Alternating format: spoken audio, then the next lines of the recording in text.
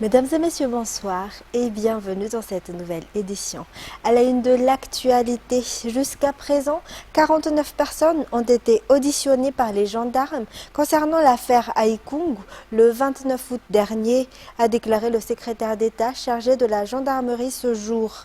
Il a également affirmé que les 9 personnes décédées ce jour se trouvaient dans les périmètres de 35 mètres de la limite de la brigade de la gendarmerie.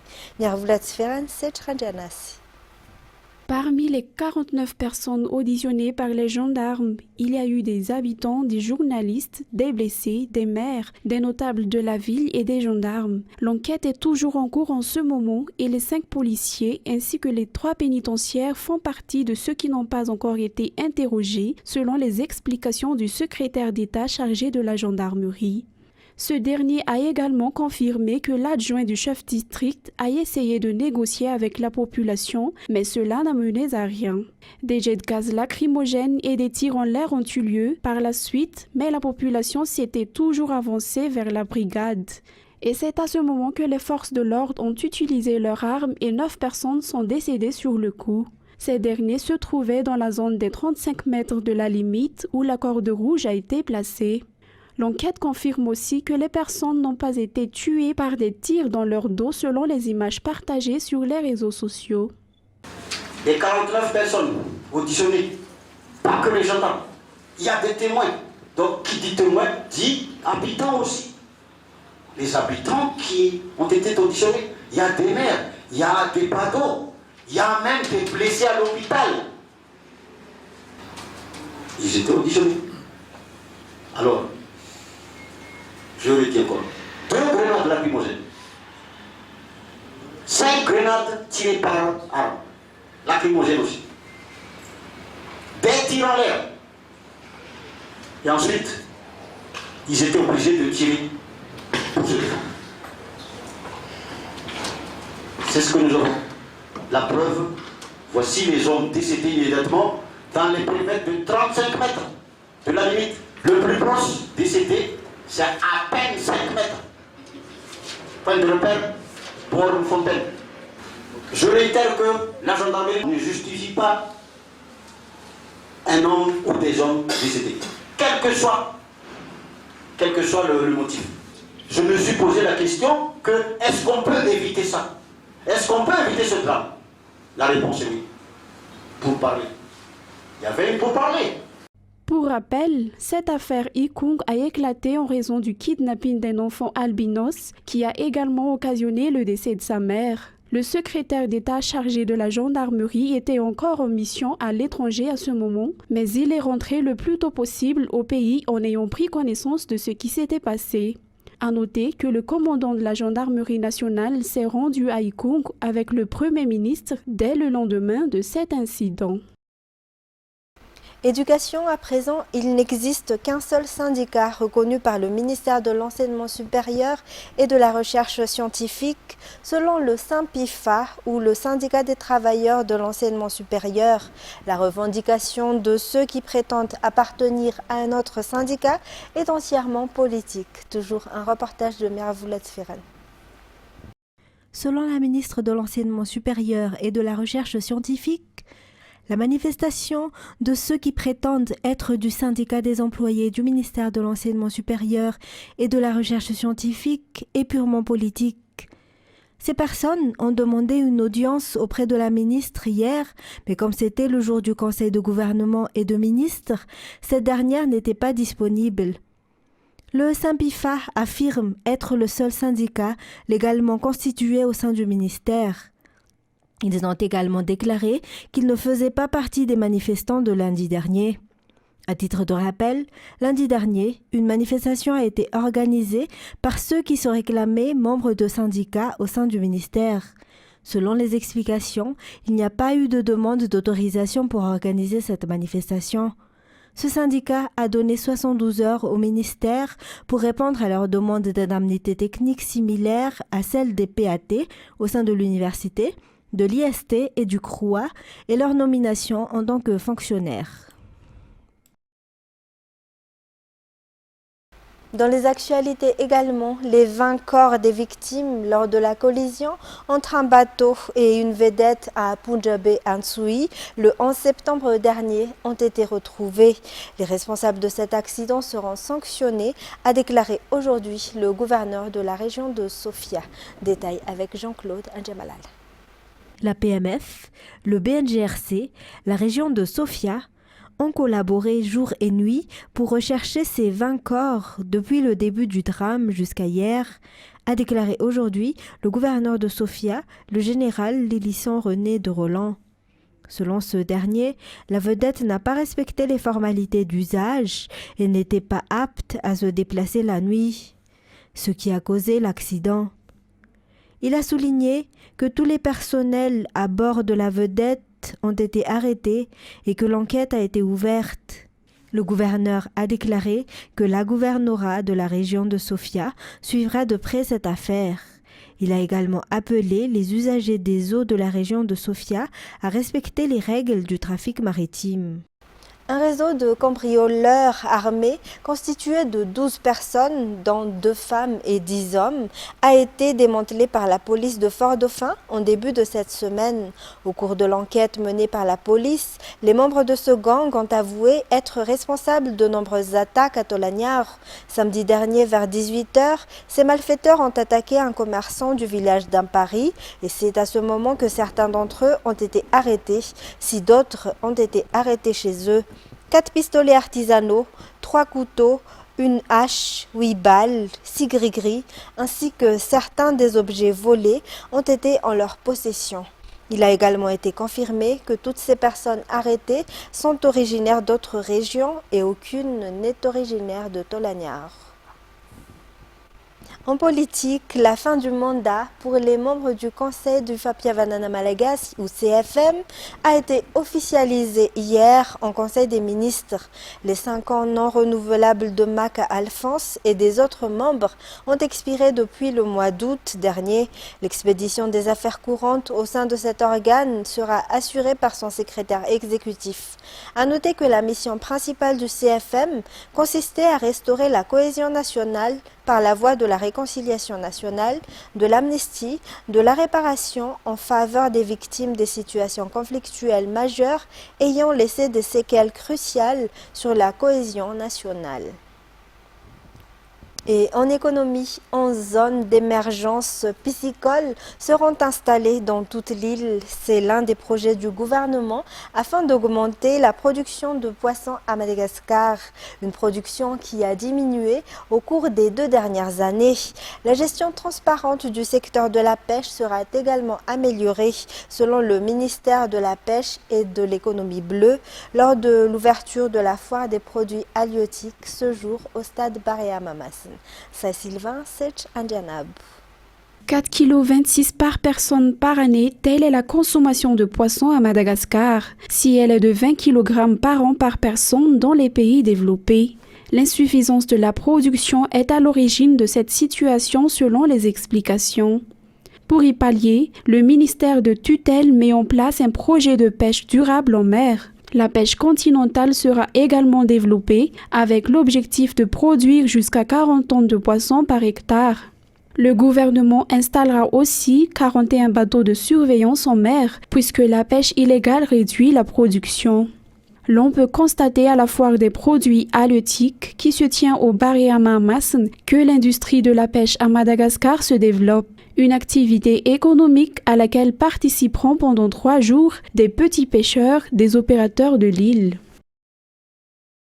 Et puis la réalisation des programmes de réhabilitation des routes nationales en mauvais état est en bonne voie actuellement. Parmi ceux-là, la réhabilitation de la route nationale numéro 2 reliant Antananarivo et Tuamasin. La première partie des travaux porte sur 50 km de route vers la ville de Tuamasin.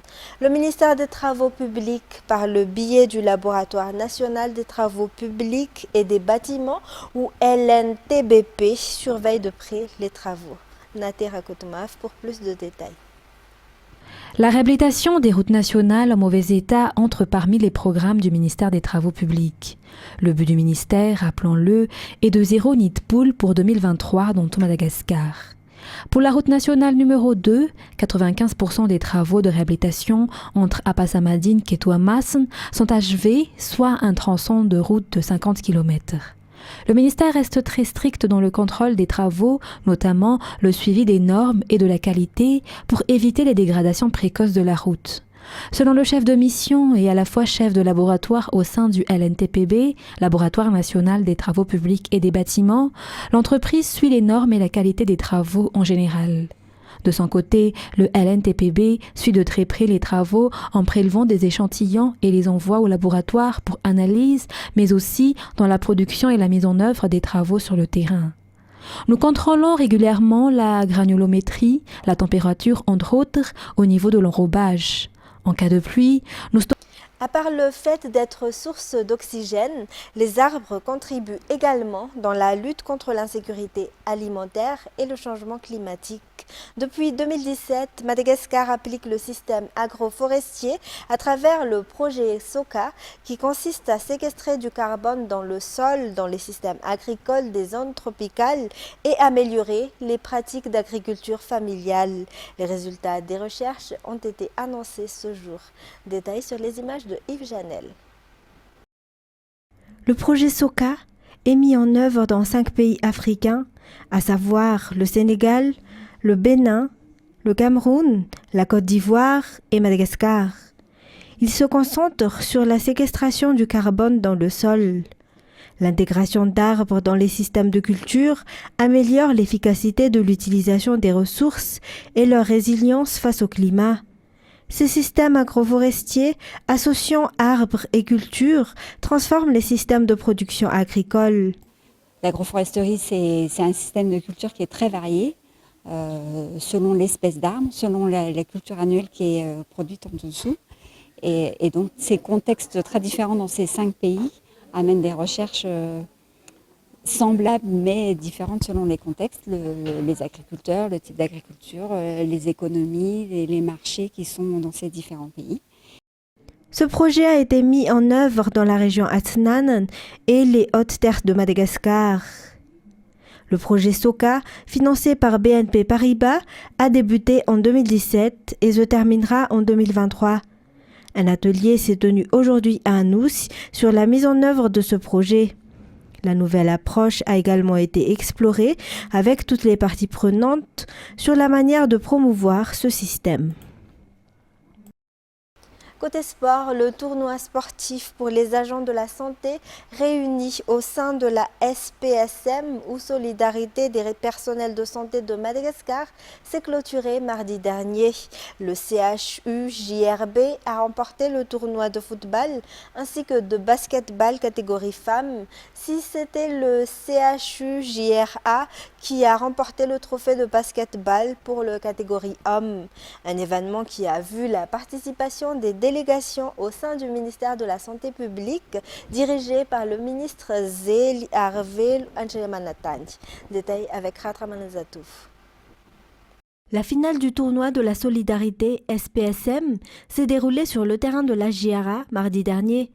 Des agents de la santé, tels que des médecins et des paramédicaux, ont participé à ce tournoi qui a duré 3 mois. Le CHU-JRB a été qualifié champion de foot dans ce match final.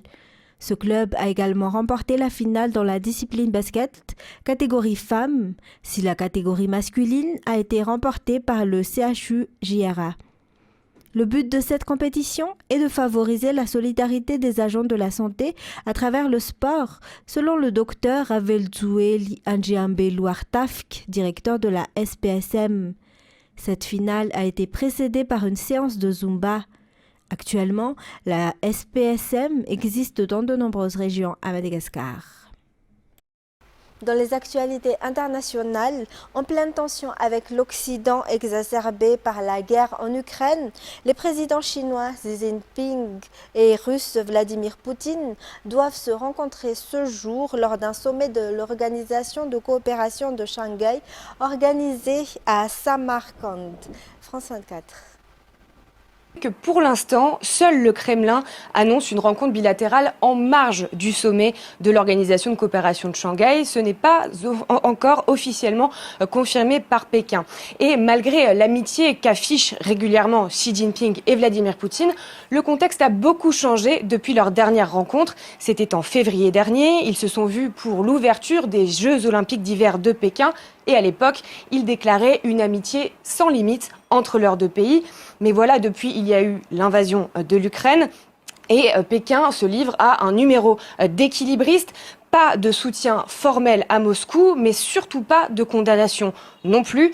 Une politique du ni-ni qui ne cache pas la force des liens entre les deux pays. La Chine importe toujours plus de marchandises russes, en particulier du pétrole et du gaz.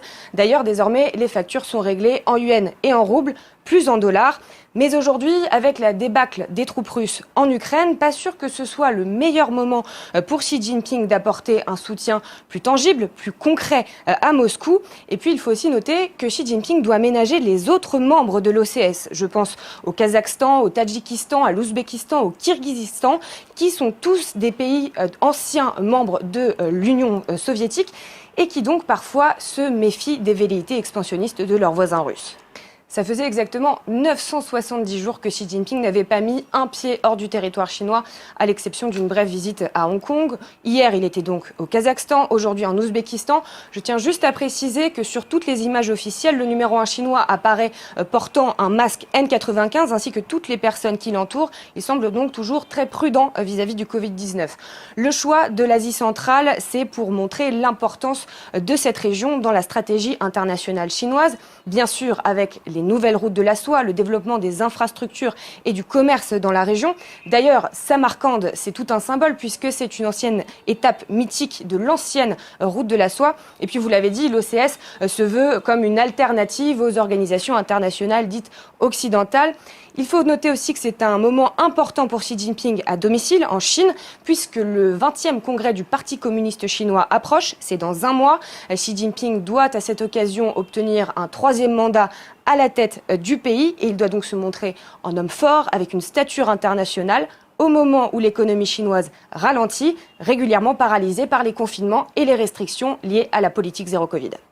Ces dernières semaines, plusieurs épargnants libanais, désespérés par l'impossibilité de retirer leur économie bloquée dans les banques depuis 3 ans, ont tenté de récupérer une partie de leur argent en braquant leur agence. Mercredi, 2 braquages ont eu lieu dans le pays du Cèdre, l'une à Beyrouth, l'autre à Aley, au sud-est de la capitale. France 24. Il est près de 11h mercredi à Beyrouth, quand une femme brandit une arme dans une banque. Sali Hafez, 28 ans, vient en réalité réclamer son argent que la banque refuse de lui donner pour payer les soins de sa sœur, atteinte d'un cancer. Devant des agents terrorisés, la jeune femme repart finalement avec 13 000 $ avant l'arrivée de la police. Plus tard dans la journée, elle explique son geste à la télévision locale. Je n'avais plus rien à perdre. Il y a 2 jours, je suis allée voir le directeur de l'agence. Je l'ai supplié. Je lui ai dit que ma sœur était mourante. Il m'a répondu qu'il pouvait me donner 200 $. Ce n'est même pas le prix d'une injection quotidienne pour ma sœur. J'en étais arrivée à un point où j'allais vendre mon rein pour qu'elle puisse se soigner. Sali Hafez assure avoir utilisé un pistolet en plastique, un acte inédit pour elle, qui témoigne du désespoir des Libanais face à une crise économique toujours plus terrible. En réaction, des manifestations se sont formées devant plusieurs agences bancaires. Certains distributeurs de billets ont été vandalisés pour protester contre les plafonds de retrait, abaissés à quelques centaines d'euros par mois seulement. Aujourd'hui, une cliente est venue reprendre ce qui lui appartient. Nous avons demandé de l'aide à l'État ces 3 dernières années de manière pacifique, mais personne n'a montré le moindre intérêt pour notre cause. C'est comme pousser les épargnants à reprendre leur dû de leurs propres mains. La vidéo du braquage est devenue virale sur les réseaux sociaux, où la jeune femme est saluée comme une héroïne par de nombreux internautes. D'autres incidents du même type se répètent ces derniers temps au Liban. Le mois dernier, un épargnant a été acclamé par la foule après avoir réclamé, fusil d'assaut à la main, ses 200 000 € d'économie. La livre libanaise a perdu plus de 90% de sa valeur face au dollar. Depuis 3 ans, 8 personnes sur 10 ont sombré dans la pauvreté. Pour terminer, après avoir écopé 30 ans de prison pour avoir piloté pendant 3 décennies un système d'exploitation sexuelle de jeunes femmes, le chanteur R. Kelly a été déclaré coupable hier à Chicago de production de pédopornographie et détournement de mineurs. Sa peine sera fixée ultérieurement. France 24. C'est un jury de 12 personnes qui a reconnu le chanteur de R&B coupable de 6 des 13 chefs d'accusation qui pesaient contre lui, la plus grave étant l'accusation de pédopornographie en raison de 3 vidéos dans lesquelles le chanteur apparaît ayant des relations sexuelles avec une jeune fille de 14 ans. Il a en revanche été acquitté sur l'accusation d'obstruction à un procès précédent, celui de 2008 qui s'était joué devant la même cour à Chicago. Cette fois, ce procès s'est en fait rejoué 14 ans plus tard, puisque la victime qui avait nié être dans la vidéo a finalement admis qu'elle avait menti à l'époque et que c'était bien elle dans ses vidéos. Alors à côté du chanteur qui a lui refusé de témoigner pendant ce procès, il y avait aussi 2 de ses employés, dont son manager, accusé d'avoir tenté de récupérer ces vidéos contre de l'argent. Les 2 hommes ont été acquittés. Il faut savoir en tout cas que cette nouvelle condamnation de R. Kelly, elle intervient quelques mois seulement après une première condamnation déjà à 30 ans de réclusion devant un autre tribunal, celui de Brooklyn. 30 ans de réclusion pour exploitation sexuelle de plusieurs femmes. Mesdames et messieurs, fin de cette édition. Je vous remercie de l'avoir suivi. Tout de suite après la série Revenge. Au revoir et passez une excellente soirée en notre compagnie.